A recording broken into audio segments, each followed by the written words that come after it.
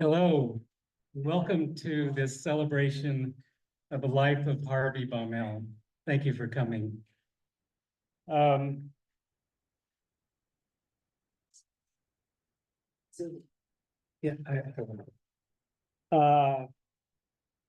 I'd like to welcome Harvey's family and friends who are joining us on Zoom. And also thank you, Charlie, wherever you are, for setting the mood so beautifully this afternoon. Before we begin, I'd like to invoke Harvey's spirit. So first, just look at your favorite photo of Harvey on the program. There are a few.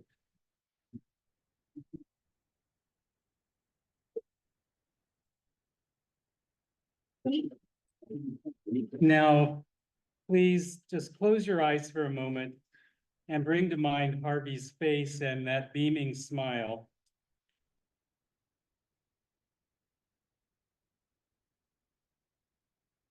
And now in the silence, let yourself hear his irrepressible laugh. Let's just stay with this feeling for a moment.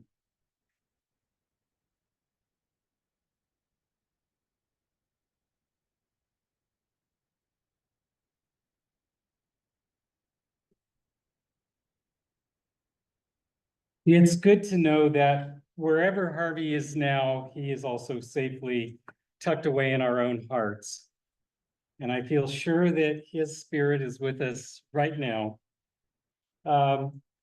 Just after Harvey passed, I joined with a few other men to ritually wash his body. And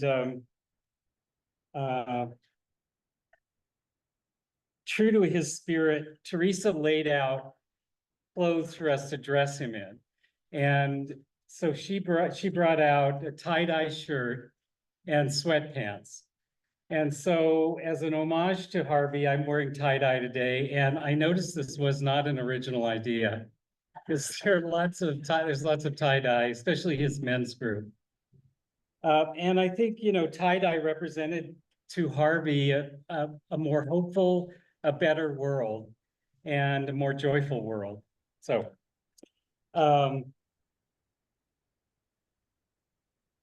it's a bit of an awkward segue, but I'd like to get a few of the logistics out of the way so we can focus on our affection for the recollections of Harvey. In terms of housekeeping, there's absolutely no smoking anywhere on the premises or in the parking lot or even in the county. I mean, just zero smoking. And also, we of course want to leave the place as clean as how we found it. And I want to especially thank Hannah Bird and the field station for hosting this event. It's a lovely space. Thank you.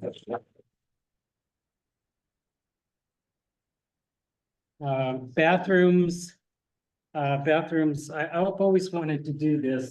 Bathrooms are out there and to the right and left of the double doors. And let's see, what else?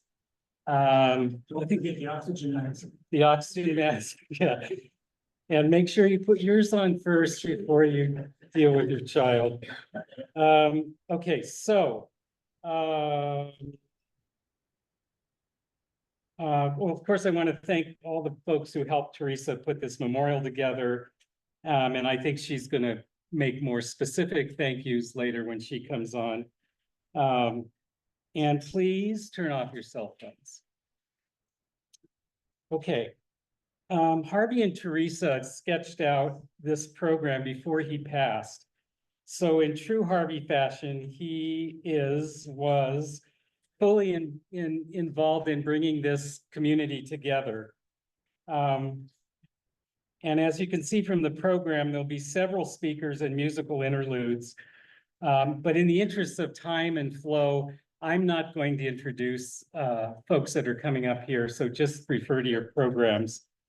And one change, Tom Mompere was not able to make it here today. So Harvey's friend Paul Otto will be reading Tom's remarks. And after the formal program, folks will have a chance to share some of their reminiscences and tributes to Harvey while we commune over food and conversation.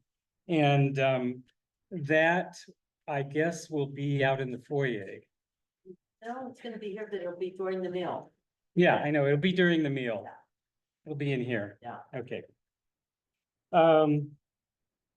There are only 8 speaking slots for this after the formal program sharing. So if the spirit moves you, please sign up with Deborah, who's holding up the orange binder there, clipboard, and she'll put you on the list. But as I said, there are only a few slots, so the early bird catches the early worm. Let's see. I'd also like to mention that the slideshow will be available to view on YouTube at Harvey Baumoel Memorial. There's a note on your program that says something about the slideshow and YouTube at the end of the program, but that apparently is the wrong listing. So if you go to Harvey Baumoel Memorial on YouTube, you'll be able to find it. And the memorial in its entirety will also be available to watch on YouTube. And Teresa will send out a link through email to everybody. Okay. And let me also add that speakers coming up here, please stand close to the microphone so we can all hear you. Okay. All right, that's the housekeeping part. Harvey's biography is beautifully described in the obituary that Teresa wrote, which is on the entrance table. And if you haven't read it, I'd encourage you to do so. And also check out the bulletin board back there that provides more snippets and testimonials. Some of these features of Harvey's life will no doubt be highlighted by our speakers, but today is not so much about biographical tidbits or historical content as much as it is about trying to understand and honor the essential qualities that we all knew in Harvey. And so that's what we're going to focus on.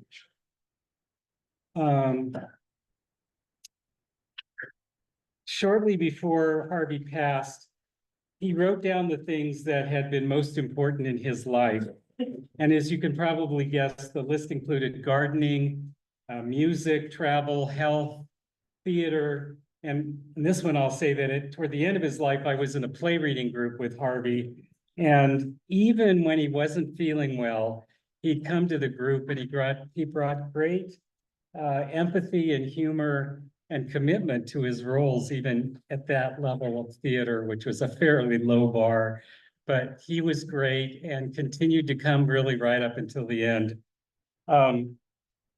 In addition to the list I already mentioned, perhaps the most significant ones that Harvey listed were home, by which I take it he meant his immediate family and his community of friends and neighbors, everybody here. And the last item, which goes a long way in defining Harvey, was helping people. And that he was all about, as you all know, helping people.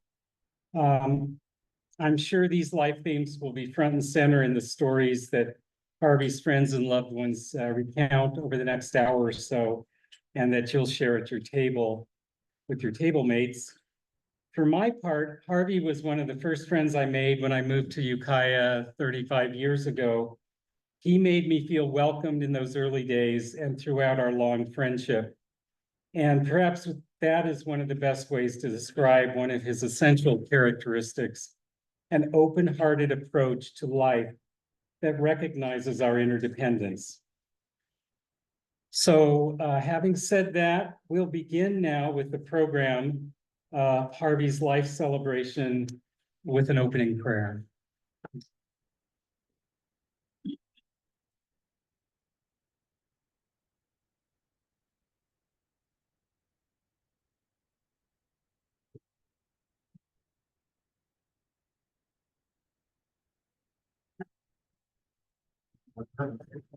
Some beautiful faces here today. This is an opening prayer that was written by Gail Rhodes. She was a member of the Center for Spiritual Living, and that is where I also met Teresa and Harvey. Not that long ago, just 2 or 3 years ago. And it led to this moment here. So anyway, these are words from Gail Rhodes. So if we just relax for a moment.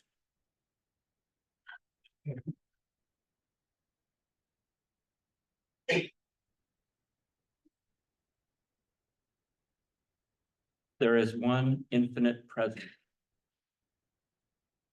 It is the divine source of love, light, peace, power, beauty, joy, constantly expressing itself in, as, and through all that is. It is what we are now, what we have always been, and what we will always be. It is that divine essence that we come into this life to express, and what we take with us when we move forward into the next plane of existence. It is eternal.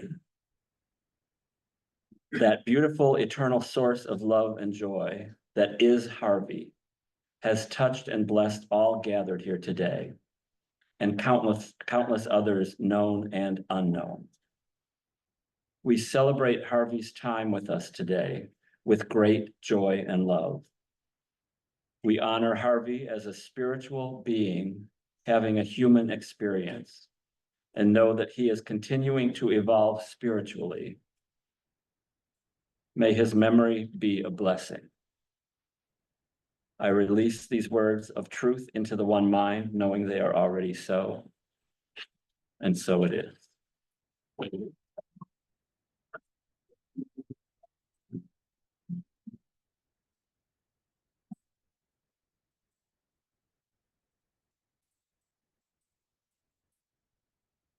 When I was a boy each week, on Sunday we would go to church and pay attention to the priest.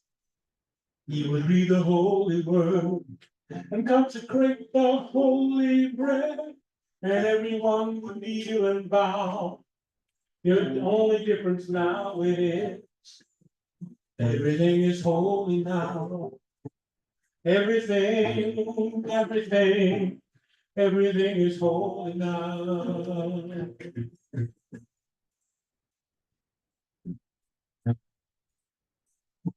When I was in Sunday school, we would learn about the time Moses split the sea in two.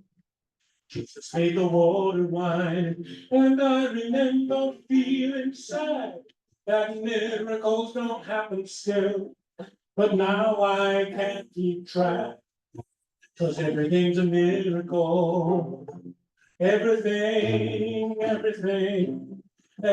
a miracle.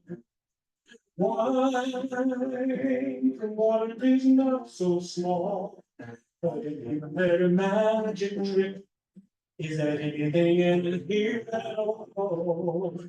So the challenging thing becomes not to look for miracles, but finding better isn't one. When holy water was red at best, it barely wet my fingertips. But now I have to hold my breath, swimming in a sea of it. This used to be a world out there, having second-rate hand-me-down. But I walk it with a reverent care, 'cause everything is holy now. Everything is holy now. Read a questioning child's face, say it's not a testament, but that can be very hard to say. See another new morning come, say it's not a sacrament, well I tell you that it can't be done. This morning outside I stood and saw a little red-winged bird, shining like a burning bush, singing like a scripture verse. It made me want to bow my head. I remember when church let out, how things have changed since then. Everything is holy now. This used to be a world half bare. Heaven second rate hand me down. Now I walk it with a reverent care, 'cause everything is holy now. Everything, everything, everything is holy now. Everything, everything, everything is holy now. Everything is holy.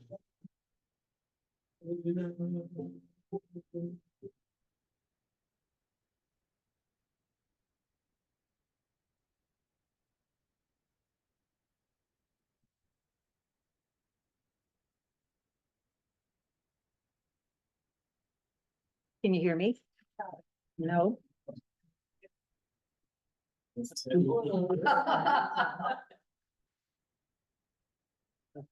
Pull it out, just hold it. then it'll probably shake. Hey.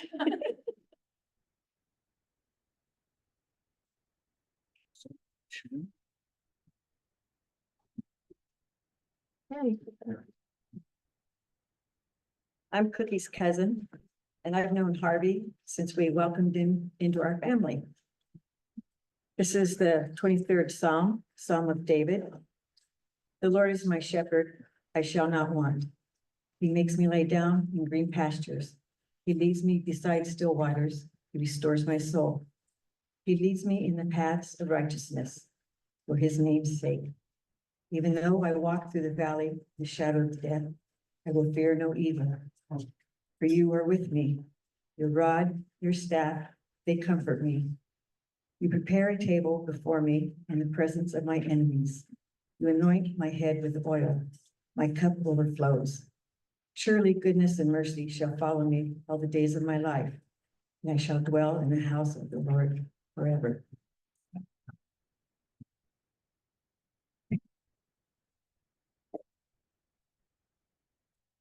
Maybe just like.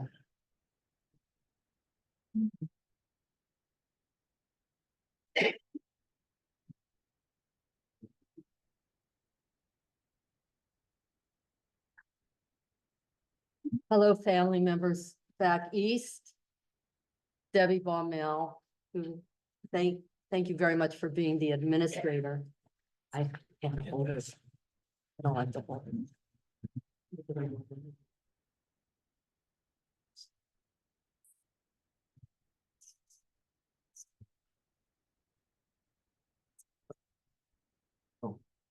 Is that gonna work? Yeah, it'd be fine. Thank you all for coming. A lot of people helped. I couldn't have done this, I tell you. And I want to thank Hannah Bird, and I want to thank this beautiful facility here at the University Field Station here in Hopland. It's such a sacred spot. I don't know how you could ever feel it isn't as spiritual as any other place of worship that you might go to. It's sacred to the homo, and you can feel that here in the nature. I also want to thank the core group, because there were 4 people that kept me sane and off the ledge, besides Armand being the 5th. And that was Phoebe Yorkoff, Margaret Rodier, Mary Hooper, who couldn't even be here today. Bless her for all she did. And Terry Brown, who read the prayer. But I mainly want to thank the community, because you helped us starting 27 years ago at the beginning of this ride, when we could have lost Harvey really much earlier. There were people that always came forward. There was always a men's group, of course, and we always had food. And this last round, you can't hear? This last round was really hard. And people made soups. Some people made soups every other week. So I want to thank you from the bottom of my heart for that. And I want to thank, I already said, but Debbie Baumoel could not be here, Harvey's younger sister, and she's the administrator of Zoom. So I'm going to read my.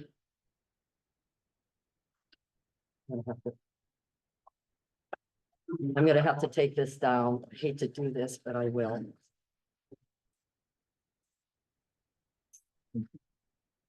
Carrie Hamburg introduced me to Harvey in 1980 at a Class K rally. He was collecting Barry Commoner signatures and I was registering voters. I remember noticing that his teal t-shirt seemed to reflect his eyes, and I was attracted to him. He asked me to dance at the Bonnie Raitt and Pauline Year fundraiser for supervisors that year, and I called him Wally. But somehow we got together that year. I'm gonna be shaking, so it's just the way it is. I wanted a partner who had similar values to me, which he did. Not only in the political arena, but also in family, community, and living a conscious spiritual life. Harvey recognized the dignity in all people without judgment or label or attempts to label them as different. This was evident in his work when he worked with people with mental and physical challenges. He was known to cause good trouble in his work environment, standing up for clients. So it's no surprise he had a question authority bumper sticker on his truck when I met him. I remember going with him to his 20th reunion where we were the most underdressed people of all his Cleveland Heights classmates. He in a Hawaiian shirt and khakis while everybody else was in a suit and tie. While people were asking what each other did for a living, Harvey was going up to them and saying, "Are you happy in life?" Could you give me some Kleenex before I start? Okay. One of Harvey's gifts was the love of music. When a situation or feeling arose, he would go directly to an album and he would pick out the right song in the album in the wide collection that would reflect that experience or that feeling. Of course, with Siri, it made it a lot easier.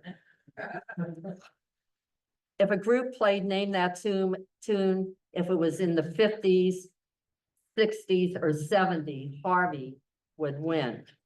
Excuse me.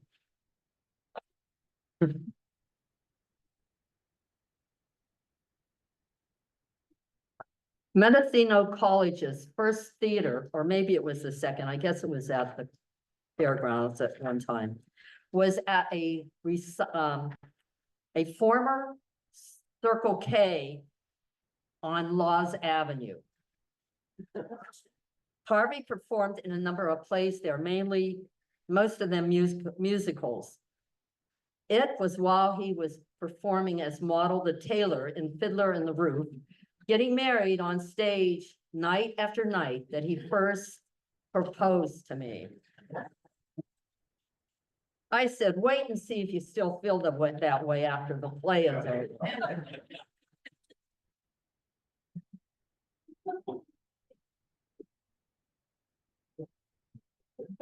Harvey performed in The Foreigner at the Playhouse. At intermission, I was approached by many people who said, what does Harvey come on the stage? Isn't he in this play? He actually was in the first scene, but they didn't recognize him because he was a racist, anti-Semitic redneck. Harvey didn't like how that play made him feel. And so when they did a restaging of that play, he played the hero, Froggy. Harvey was beyond joyful when we adopted Brian, our son, and he was a wonderful father. He made a strong commitment to be present to him physically and emotionally, which he was. One of the joys they experienced in later years was a trip to Burning Man the year before Brian died. You might have seen it in the slideshows. While Brian's death brought us both to our knees, it also made our relationship stronger. For most of our 44 years together, Harvey was in a men's group. Over the years, he was in a variety of groups, many of which he started. He was passionate. He was passionate about the importance of group process to help people heal and grow.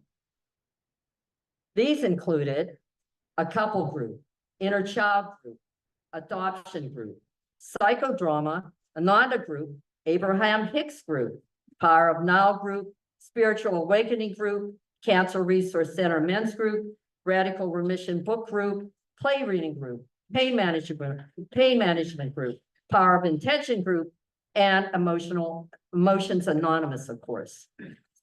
And these aren't even all of them. Can I ask if you were in a group with Harvey to put your hand up? Because I see many of you. Men's group, psychodrama, play reading group. I mean, he was in a lot of groups. Harvey was always a spiritual seeker. Starting with the rabbi's comparative religion class in summer school. I think, though, it was after his diagnosis that he submerged more into that calling that was within him. He joined the Ananda group, and Mahasavi Shalom taught him how to meditate. Soon after, early meditation and yoga became a part of our routine. We attended the Center for Spiritual Living for 20 years. Harvey and I were both spiritual mind practitioners. He led classes and workshops, presided, and served on the board. He joined his interest of helping people discover their inner strengths, working through emotional issues within a spiritual context. Harvey started an Emotions Anonymous group at the Center for Spiritual Living. But when COVID came, he started 2 more on Zoom. As of summer last year, he was continuing with 6 of his various groups and working as a sponsor, even through beginning chemo. He meditated, and he was always listening to Native American flute and Tibetan music at the end of his days.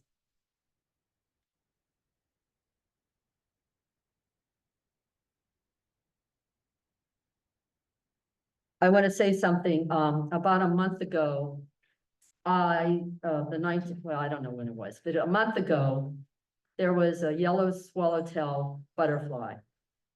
And it stayed 3 hours at our butterfly bush in the front of the house that Harvey planted. And when I sat outside, it kept swooping in front of me. And it permitted me to get as close as this, because I couldn't see, it was so sunny, and it spread its wings right in front of me.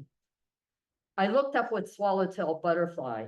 It's the embodiment and the transformation of a soul making their spiritual transition. And it's a sign of hope and freedom and the power of the soul. Just about a week before Harvey died, he had me write a few things. One was how sad he was that we wouldn't be able to celebrate our 50th anniversary with this community.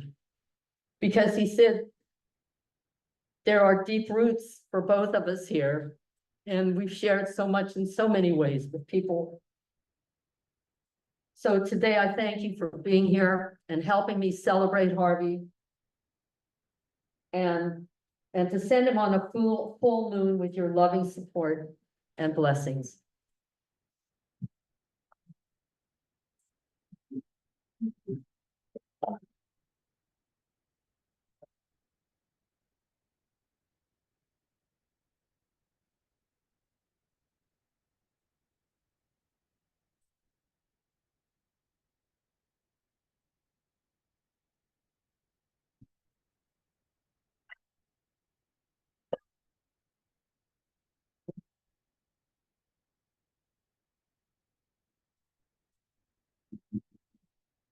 I don't know if you know this song, but in your program are some words. And that is the chorus of this song. You'll know it when it's in. So you'll be able to sing. You can dance too if you want. There was a time in my life I thought I'd have to do it all by myself. I didn't know the grace of God was sufficient. Didn't know the love of God was at hand. But now I can say, if you are discouraged, struggling just to make it through another day, you've got to let it go. Let it all go.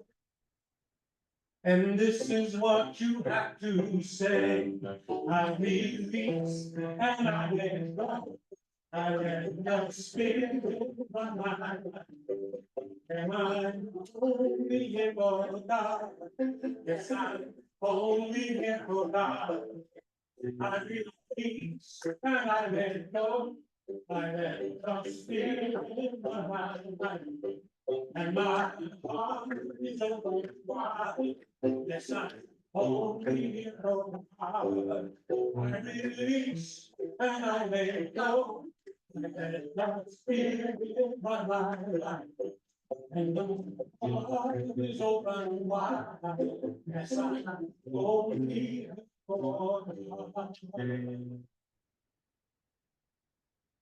I release and I let go. I let the spirit from my life. And my heart is open wide. I am only here for God.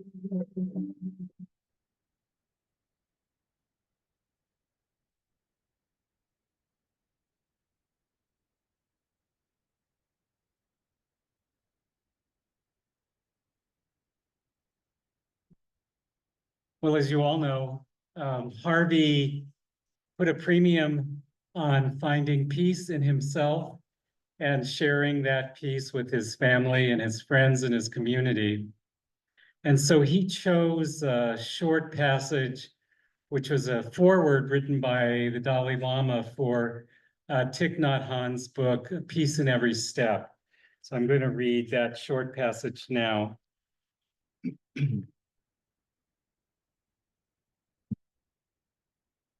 Although attempting to bring about world peace through the internal transformation of individuals is difficult, it is the only way.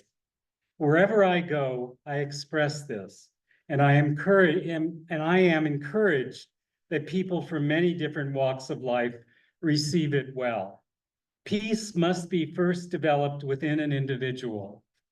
And I believe that love, compassion, and altruism are the fundamental basis for peace.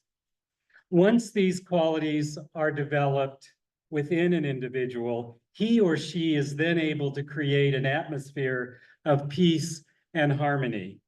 This atmosphere can be expanded and extended from the individual to his family, from the family to the community, and eventually to the whole world.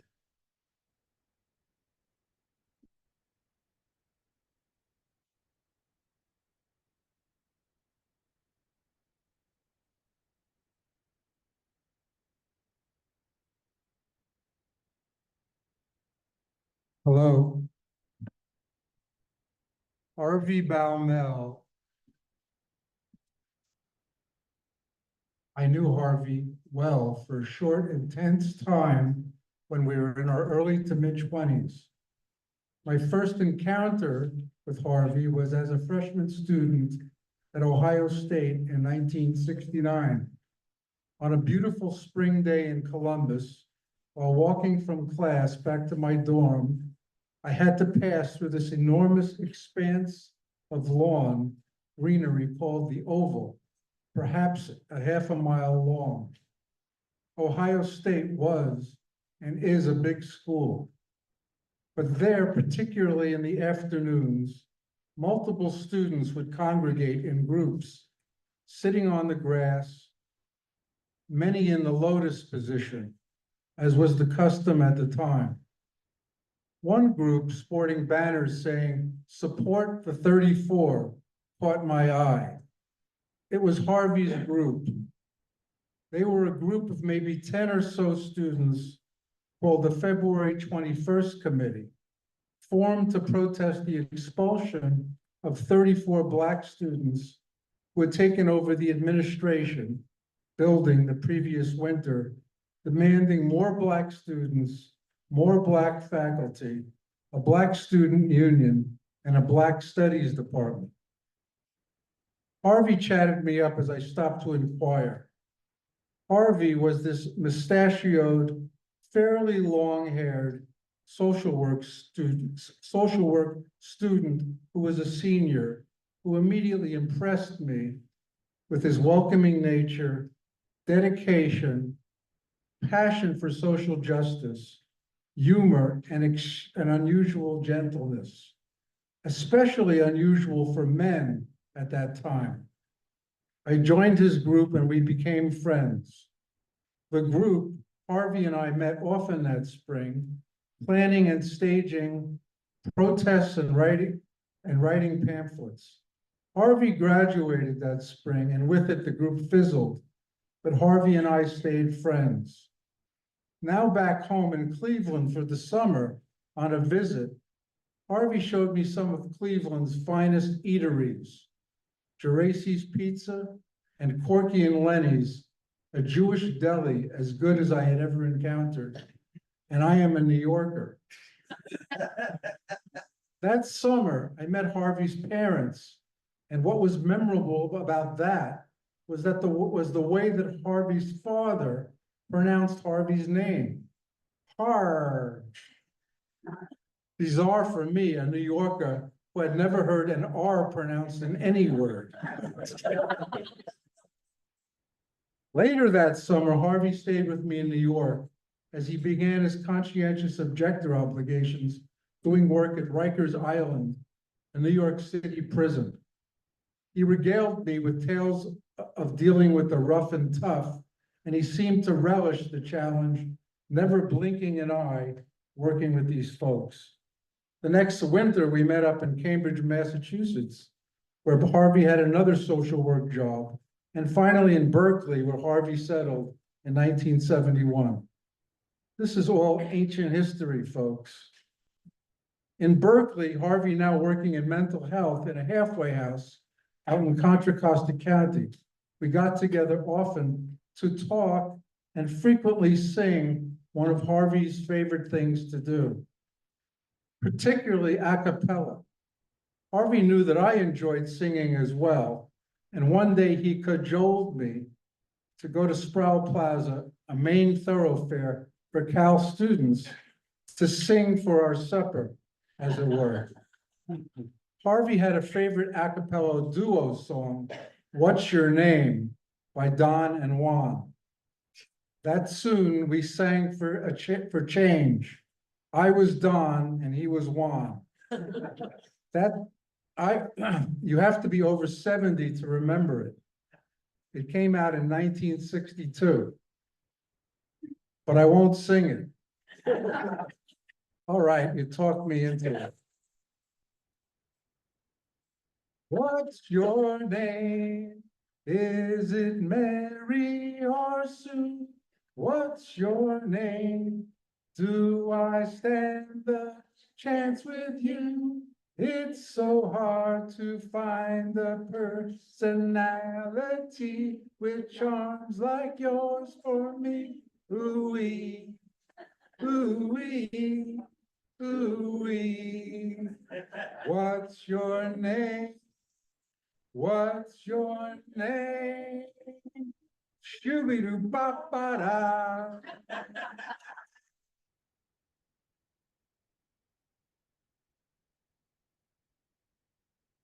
Harvey really loved that last part.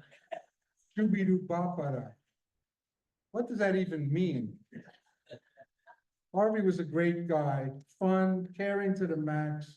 Like I said earlier, unusually gentle for a guy, especially in those days, and original. I miss him, and he will always hold a special place in my memory.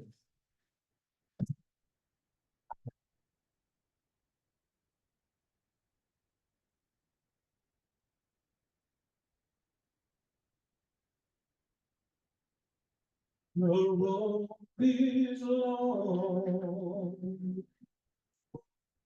with many a winding turn that leads us to knows where, who knows where.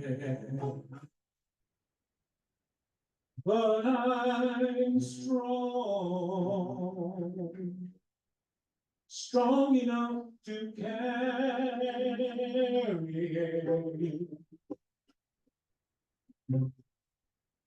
He ain't heavy, he's my brother.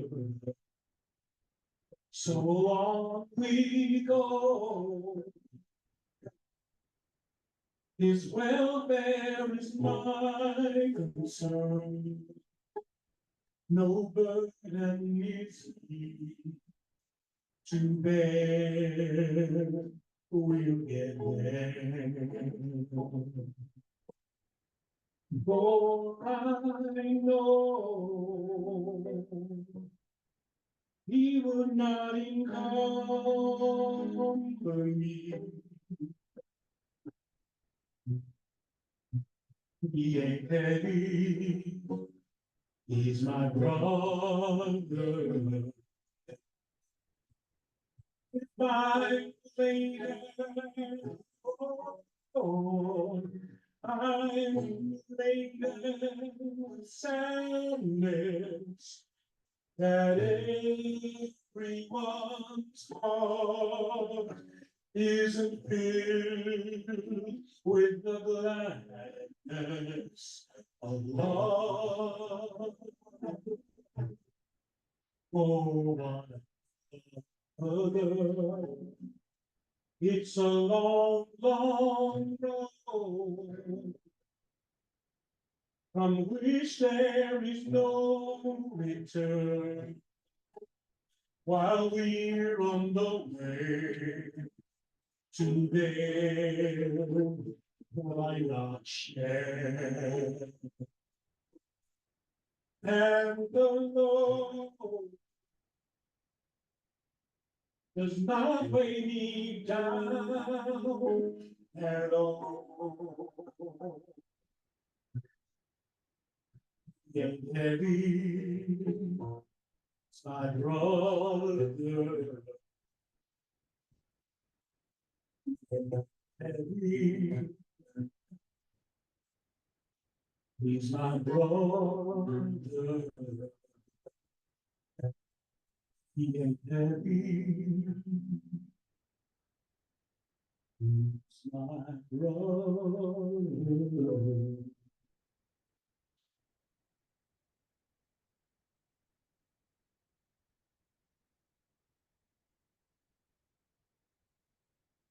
I get this mic to cooperate. All right. It's so great to hear all these stories about Harvey. See everybody here today. I met Harvey in the mid-90s. I was in a men's group with him for about nine years, starting in 96 or 97. Can you hear me okay? And as we've already said, there are lots of other guys here in Harvey's men's groups. Because that's what he liked to do, right? Our group had a strong emphasis on spirituality, which is no surprise, given who Harvey was. And we were always doing rituals and singing and chanting and meditating, but also always into deep, heartfelt conversations with each other, helping each other through our lives and through the years together. The cancer diagnosis was a big shock to all of us. That was in 1997. And Harvey did a ton of research about treatment options and got the insurance company to pay for the treatment. But he had to work really hard to do that, but he pulled it off. He had the procedure in 1998 and you know, it was up and down after that, but basically Harvey, you know, had good quality of life. He kept on loving and kept on living. In addition to our regular meetings in the for the men's group, we also went on annual trips into the wilderness. Both backpacking trips and 3-day canoe trips led by Len Wolf. He was our fearless leader in that. He's also here today. And these trips were amazing, as we'd always have great fellowship out in the wilderness, beautiful time, relaxing in nature. But there were also challenges, trying to get all of the gear to fit in the canoes, or to get all the gear up to the top of the mountain was often difficult. And Harvey was overweight at that time, and he was usually bringing up the rear. But he always persevered, and he made it into camp, and always had good energy to bring to the evening meal once he'd had time to recuperate. I remember on more than one occasion, Yorgos Savitas, who preceded Harvey by many years in crossing over into the Great Mystery, would get up very early and awaken us one by one by whispering in our ear the great poem by Rumi. Maybe some of you know it. The breeze at dawn has secrets to tell you. Don't go back to sleep. You must ask for what you really want. Don't go back to sleep. People are going back and forth across the door sill where the two worlds touch. The door is round and open. Don't go back to sleep. I always loved that poem. And I also knew that it had depths to it that I just didn't understand. But I think Harvey understood that poem really well, because he was always about waking up and staying awake. He was about loving people and persevering in that. We all knew how much Harvey loved Teresa and Brian. One year, Harvey brought Brian on one of the wilderness adventures.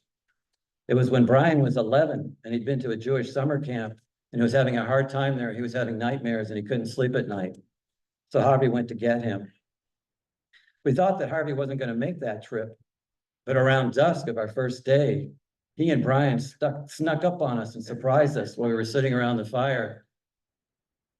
It was so great to have Harvey there and so great to have Brian there. And it turned out to be a really wonderful weekend for Brian and for Harvey and for all of us. That's what kind of man Harvey was. What kind of father, what kind of friend.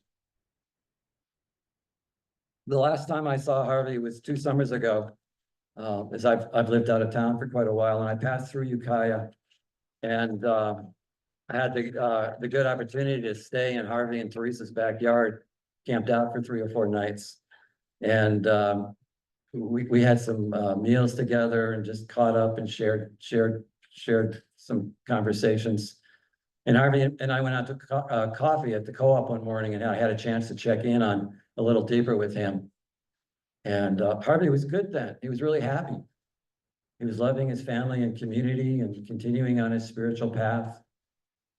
I had no indication at the time that the cancer was coming back, and I didn't hear about it until his passing. But I was really glad to have that opportunity to check in with him and just to remember what a good heart Harvey was, what a great person he was, and how caring and steadfast. And we love you, Harvey, and we miss you. Thank you very much.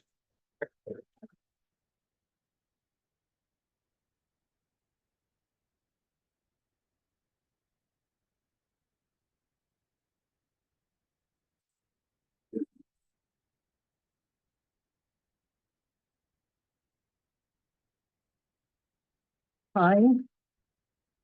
Hi, I'm Lynn and is that better? Yes. Okay. So, boy, there's a lot of you here. My first memory of Harvey is when I went to a mom and toddler group around 1989 at the Methodist Church in Ukiah. I didn't know anyone in Ukiah yet. And I talked to this man there, Harvey, who was there with his son Bryce, later Brian. And at the end of that get together, there were two things that had happened. One is I knew that Harvey and Teresa, who I hadn't even met yet, were going to be my friends. And the other thing that happened was the group was no longer a mom group. It was a parents group. Thank you, Harvey, for that. The years went by. We were all working. We were raising our sons. These are some memories that I'm going to tell you that to me just kind of illustrate and give a little snapshot of who Harvey was in a friendship. And so I can't talk about Harvey without talking about Teresa too, because they were so intertwined. They're still intertwined. And so here's some of my memories of Harvey. When Roger and I would go to their house, we'd walk in and I can still hear Harvey's big voice saying, "Roger, Lynn, welcome." And I would go there to commiserate about many things. We both had sons that were challenging at times. And there's nobody that really relates to that like somebody else in the same position. So I have memories of just the compassion that he showed about that. I went there when my sister died. We were together when Brian died. Harvey and Teresa were there for Roger and me when Roger had a bad accident. And it was Harvey that coined Roger's nickname of Father Roger. While he was still in the hospital, something we still call him to this day. And it was Harvey that married us. There's so many memories that add up to such a long friendship.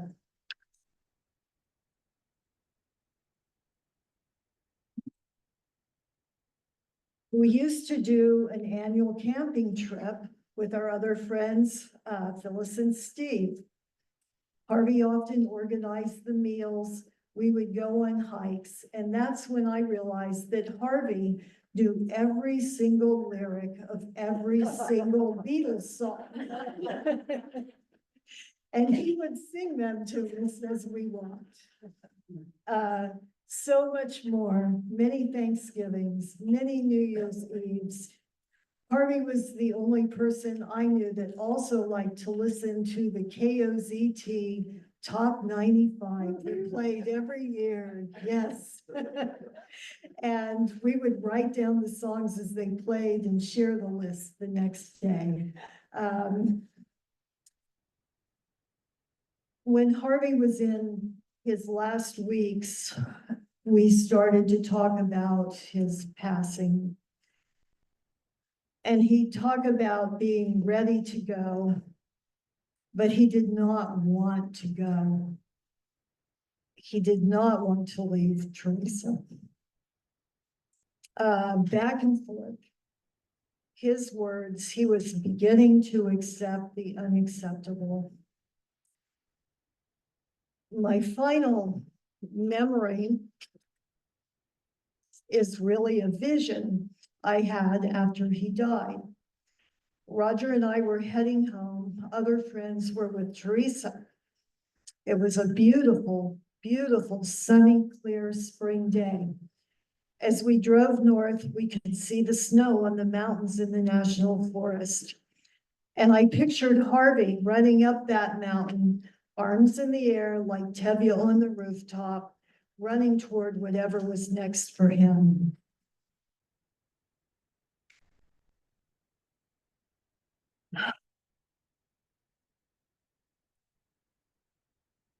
I don't know how to say goodbye here. We miss you, we love you, and may we meet again.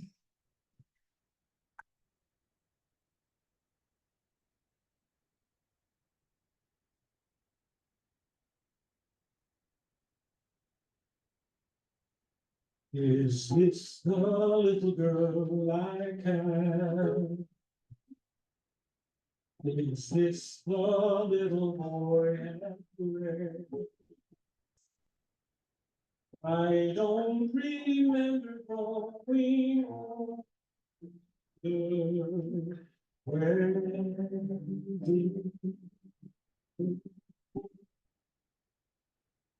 When did she get to be a beauty?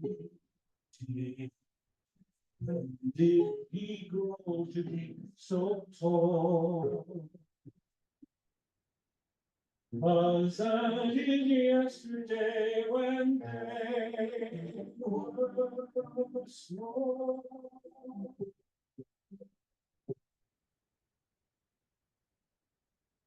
Sunrise, sunset, sunrise, sunset, swiftly over the day. Sea rings turn overnight to sunrise, blossoming even as we gaze. Sunrise, sunset, sunrise, sunset, swiftly blow the years. One season following another, laden with happiness and tears.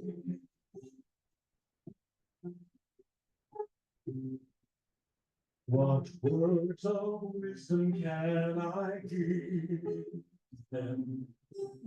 How can I hope to ease their way? Now they must learn from one another, day by day. They look so natural together, just like two newlyweds should be. Is there a canopy in store for me?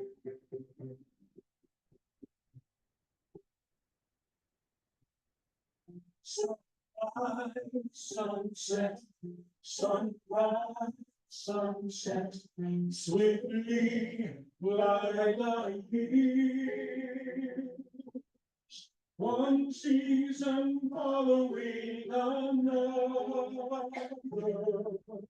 laden with happiness and tears. Sunrise, sunset, sunrise, sunset, swiftly glide the years. One season following another, laden with happiness and tears.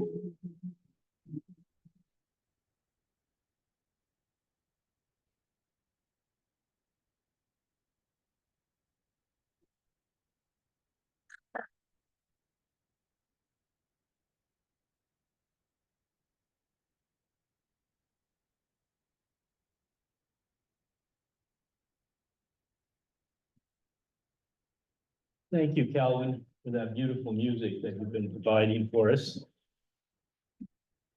Tom sends his regrets that he was not able to be here and speak his words himself. I will be speaking his words for him. Harvey and I belong to a prostate cancer support group that meets through Zoom. It was sponsored by the Cancer Resource Center, and Paul Otto was the facilitator. The group meets twice a month. Several members of the group are here today. I think Harvey was in the group when I joined. He would always remind new members of the group of how long he had lived with prostate cancer and that treatment options were always available.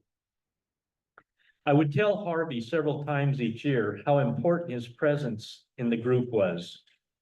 Harvey would always discount my comments and not accept the compliments. In our group, he was a researcher, group historian, community involvement coordinator, etc. I remember he helped out one of our members who was experiencing constant pain from swollen lymph nodes. He had researched this problem and came up with the treatment and even located therapists that dealt with it in Santa Rosa. Harvey always had a positive view of the problems that we were having and did not let us dwell on the negative. He would often talk about the future, what he and Teresa were planning to do. For a group that was facing end-of-life issues on a daily basis, this was very important. It reminded us that there were things in life other than our prostate cancer. Harvey was very good at helping new members of our group. When someone joined our group who had just been diagnosed with prostate cancer, he would always tell them that there were options that would extend their life. He would cite his own experience of being diagnosed with prostate cancer in the mid-1990s, and he was still living an active life. He would explain how the local oncologists could help, but they should explore other resources like UCSF. I remember one new member who was clearly fearful in dealing with prostate cancer and expressed the concern openly to the group. Harvey spent a good part of that meeting focused on helping him to deal with it and explore the options. He was also his own advocate on treatments. Once he was told to take a certain dosage of a drug, but it caused him a myriad of problems. He lowered the dosage and it seemed to still work based on his PSA. This was helpful to members of our group because we were in similar modes of treatment. Harvey's creativity had no limit. He started a book group based on the book by Kelly Turner titled Radical Remission, Surviving Cancer Against All Odds. He also had a couple of other members join him in his love of gardening. I remember once he told me that I needed to come to the book group because it was dealing with a particular subject he knew I was interested in. One day he told me that he was thinking about starting another new group, and I said something to the effect, Harvey, how in the world do you do it? Most of us in the cancer group recognize the importance of those who help us through this journey. Harvey would always speak of the importance of Teresa in his life. Her love, compassion, and support sustained him over the years. Our thoughts and love are with her as she grieves over the loss of a magnificent partner and amazing human being. Harvey will be dearly missed by all. Tom.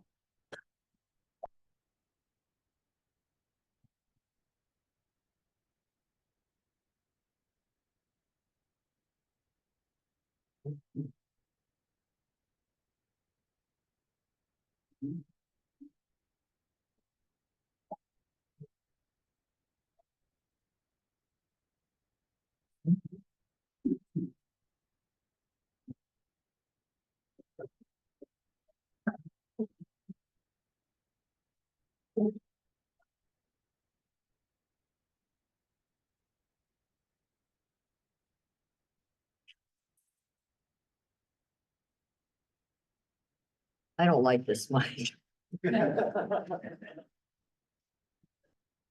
Hold it. I'll hold it. Okay.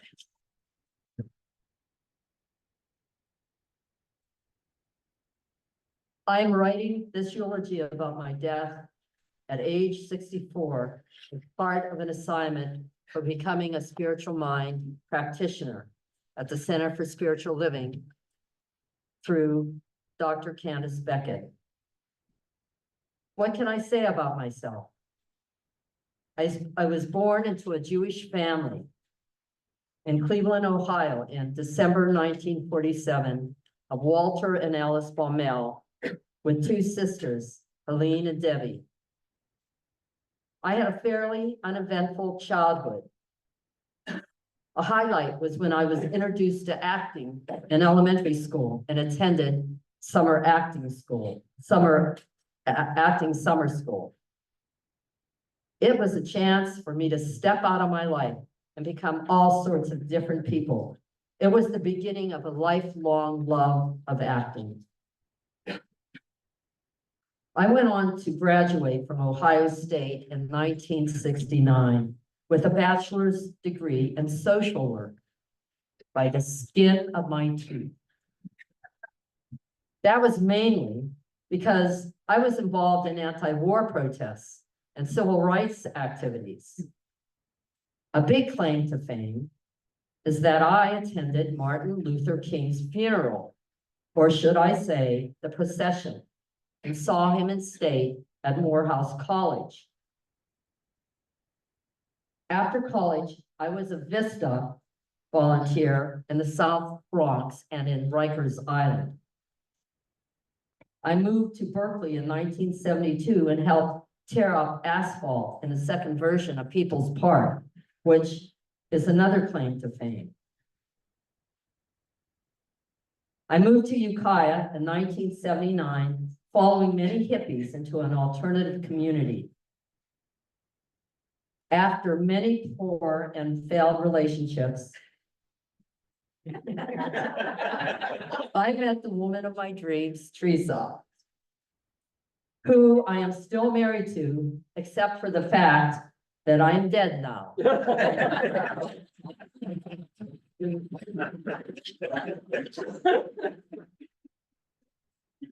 Amen, amen. But I know we will remain connected in her heart. We have grown closer over the years and have continued to enjoy each other by accepting each other as we are, dancing and being silly together, as we promised in our vows. Oh yeah, I believe our wedding was an amazing experience. For any of you who remember,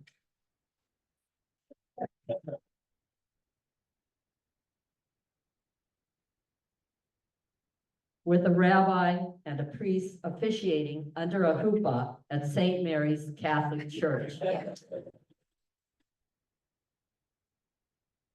After working as a gardener for a number of years, I created with a lot of help the Challenge Garden project. This vocational training program for mental health clients combined my gardening and social work interests well. I then had a fruitful 13 years working in welfare to work mental health program until I retired in 2012. I have fully enjoyed my retirement, acting, gardening, helping people find and follow their dreams, and continue doing workshops and classes to help people find their own spirituality and grow into what they want to do and be. Change happens. Growth is a choice. First of all, I want to say goodbye. And it has been quite a lovely ride joining you in life. I have enjoyed our conversations, plays, music, camping, and anything else we engaged in. Maybe I'll see you on the other side. In my life, I have been open to the mystery of death, and I am open to being pleasantly surprised if there is an afterlife. If there is, I hope I can come and say hello to each of you sometime and give a great spiritual hug to my loving son, Brian, who I have missed immensely. I would like to insert a poem that applies to me now and that my mother wouldn't let me read at my father's funeral. Do not stand at my grave and weep. I am not there. I do not sleep. I am 1,000 winds that blow. I am the diamond glints on snow. I am the sun on ripened grain. I am the gentle autumn rain. When you awaken in the morning's hush, I am the swift uplifting rush of quiet birds in circling flight. Do not stand at my grave and cry. I am not there. I did not die. In conclusion, I want to say something. He actually had a little note here, my last chance to proselytize. I want to say something about the importance of making changes and growth in your life.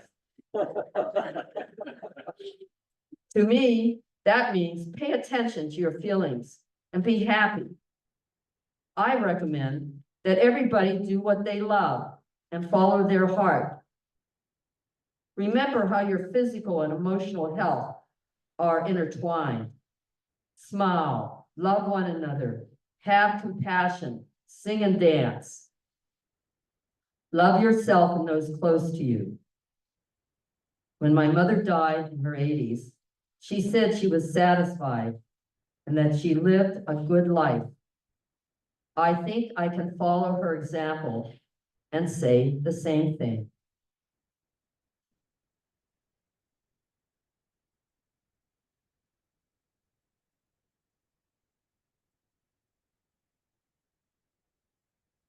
I want to say something. Excuse me, but I'm noticing, did we, Hannah's already left. Oh, Hannah, I don't know, is this recording? It should be. It seems like it's still playing the slideshow. Still recording. Oh, sorry, Zoomers. Bye.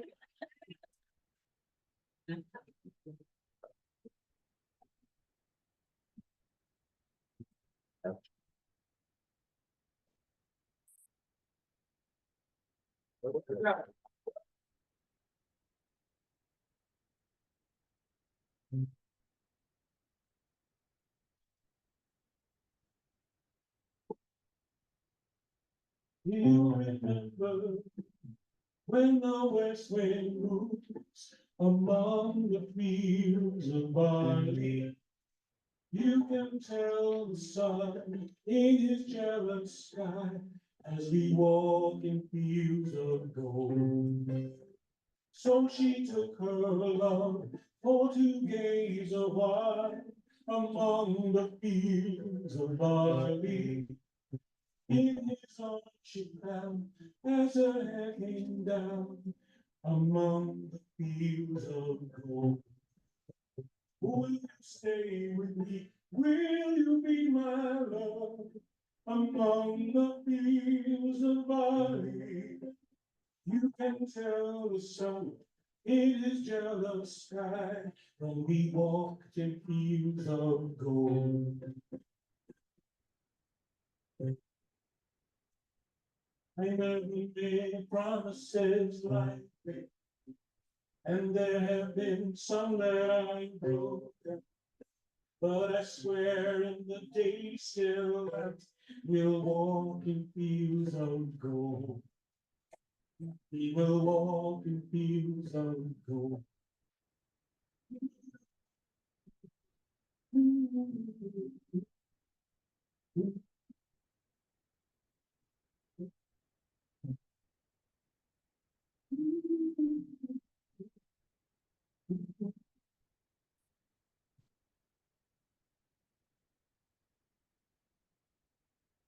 I never made promises lightly, and there have been some that I've broken. But I swear in the day still that I will walk in fields of gold. We will walk in fields of gold. Many years have passed since those summer days among the fields of barley.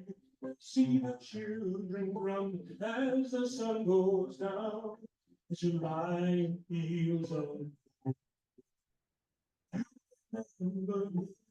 When the west wind moves among the fields of barley, you can tell the sun in his jealous sky that we walked in fields of gold. When we walked in fields of gold. When we walked in fields of gold.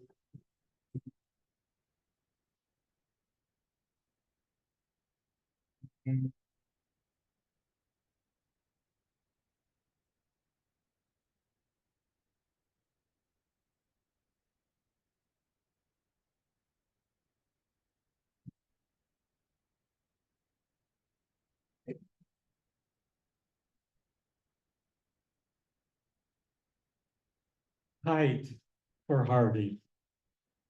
I see a mom and several kids carrying a large kite in the shape of an airplane onto the soccer field. I just heard that my friend had passed away. When I got the news, the house suddenly seemed to close in on itself. I just wanted to get out into the sunshine where the air is the color of release. And now I can't help but think of my friend occupying that fragile paper plane as he makes his way to wherever he's bound on this blustery spring day. One of the older boys sprints across the bright new grass while the wind lifts the kite above his head. But after a while, he runs out of steam and the plane glides back to earth. It is hard to leave the body.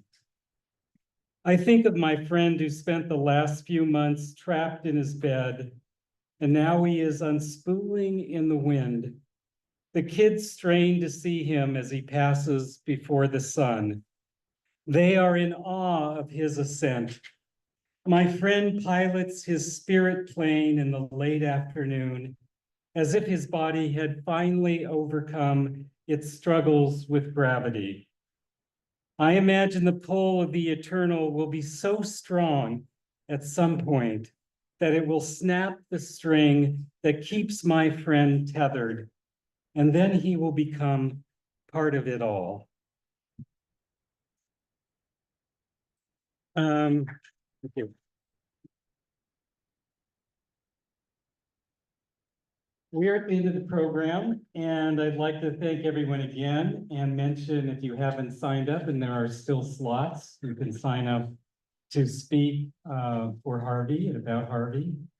And the last thing is Calvin and I think Charlie are going to do When the Saints Go Marching In. And when we get to the third verse, the last verse, you saints can all get up and march out those doors.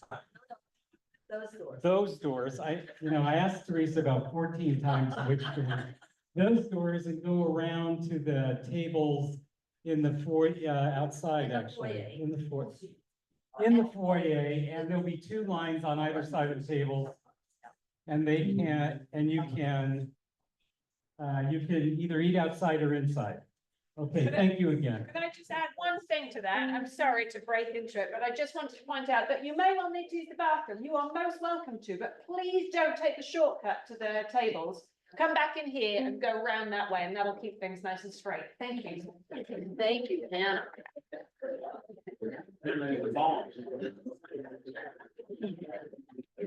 All right, everybody. When the Saints go marching in, I'll give you a little introduction. You'll know when to come in. All right? The Saints marching in. Oh, the Saints go marching in.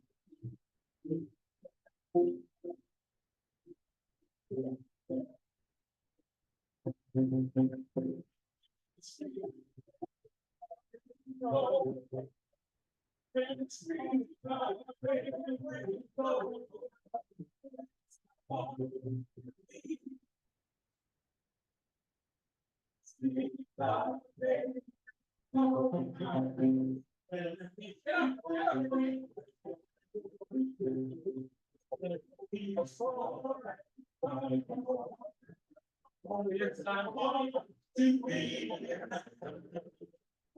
will be forever.